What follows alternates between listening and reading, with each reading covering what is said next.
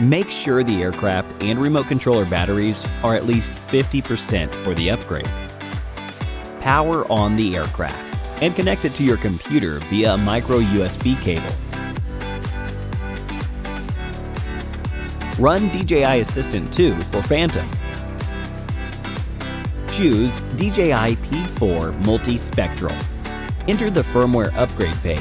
Choose the firmware version you wish to upgrade to, and click Upgrade. It is normal that the aircraft restarts automatically during the upgrade. Do not interrupt data transmission during this process. The upgrade is complete when you see a prompt. After the upgrade is complete, connect the remote controller to your computer via a micro USB cable and power on the remote controller. Choose the remote controller connected. Choose the firmware version you wish to upgrade to and click Upgrade. Do not power off the remote controller or touch the connection cable during the upgrade. The remote controller will restart automatically and you will see a prompt when the upgrade is complete. Thank you for watching.